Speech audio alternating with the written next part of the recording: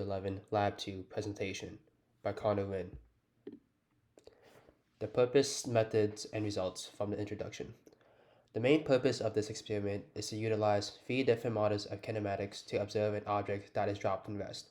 The three models are the observed model, a computational model which accounts for gravity only, and a computational model that accounts for gravity and drag. The main concepts for this experiment is Newton's second law.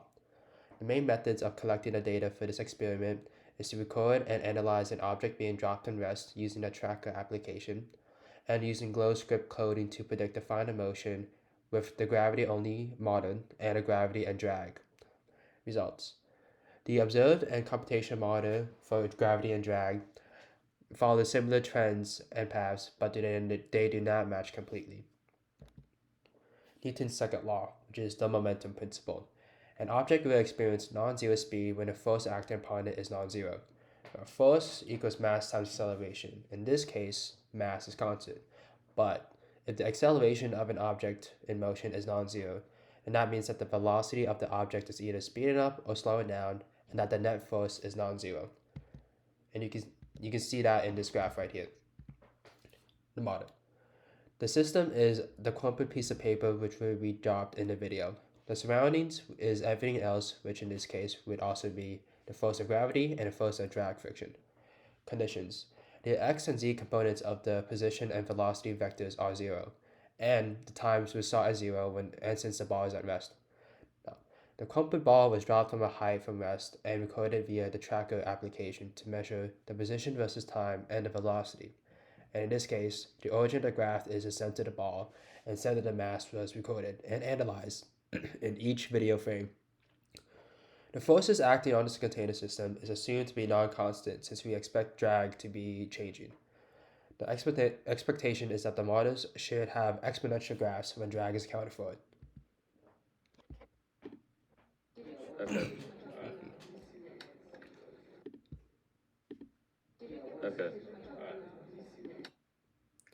Now, this experiment data, as you can see, the x is linear and constant, and gravity only, the position and velocity is constant as well. Now for the y, which is the change, and the drag, they both followed closely exponential downwards trends, but as you can see, the drag computation model is more negative and more exponential than the observed models. Calculations. The mass of the crumpled piece of paper is about 0.0029 kilograms. For the model 1, which only counts for gravity, the initial velocity is 0, 0, 0, so force equals mass times gravity. For model 2, you have to account for drag, which in this case is b.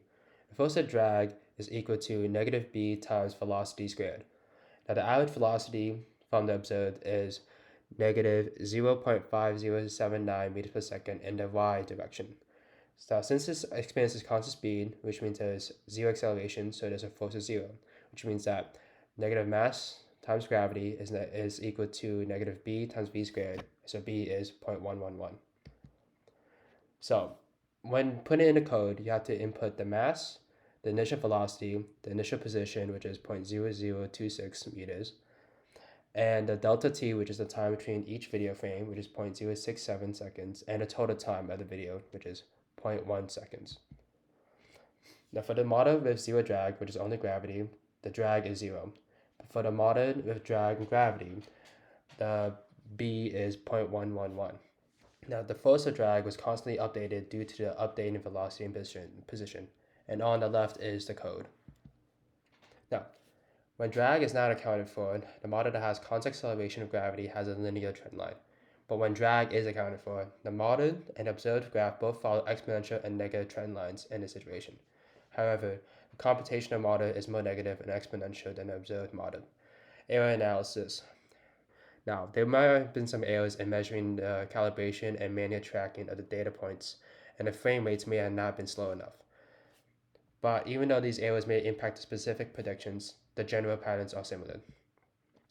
In velocity versus time, since velocity is almost completely linear, indicates that acceleration is near 0 and the net force is acting upon a ball falling is 0. If the ball is thrown down, then that means that there would be a faster terminal velocity and that the initial velocity would now start at 0, and acceleration and drag would be different as well. Now, although the computational model of drag was more exponential than the observed model, both models demonstrate similar trend lines and patterns when it comes to momentum of an object when the net force acting upon it is non-zero.